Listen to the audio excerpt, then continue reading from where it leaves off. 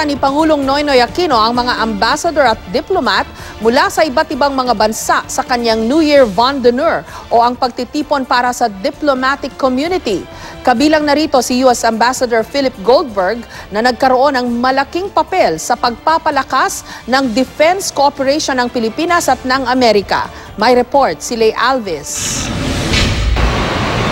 Kahapon, pinagtibay ng Korte Suprema ang legalidad ng Enhanced Defense Cooperation Agreement o EDCA. Kaya sa huling New Year Von d'Honneur o pagtitipon para sa diplomatic community sa pagpasok ng bagong taon, isa si U.S. Ambassador Philip Goldberg sa pinasalamatan ni Pangulong Noynoy Aquino. Malaki raw kasi ang naging papel nito sa pagpapalakas ng defense cooperation ng Pilipinas at Amerika. Ambassador Philip Goldberg of America has played a vital role in the consistently close ties between the USA and the Philippines, especially in forging a strengthened bilateral defense cooperation.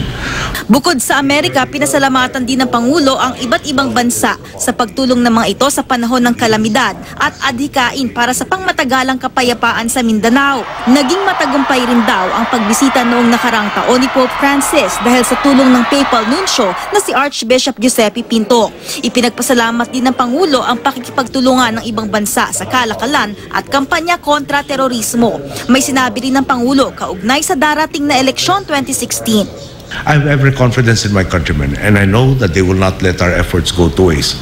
Come May, the Filipino people will choose my successor, displaying the same commitment to positive transformation that they have shown over the past 5.5 years. The straight path will open farther and wider well into the horizon of our nation's future. Si Pinto ang nagbigay ng tugon sa Pangulo bilang Dean of the Diplomatic Corps. Our commitment is to ensure that no one is left behind.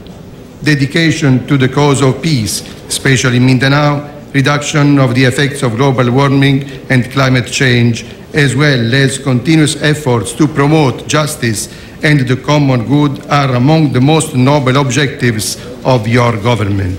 Inaasahang magkakaroon ng isa pang Von d'Honneur para sa Diplomatic Corps sa Independence Day sa June 12. Lay Alves, GMA News.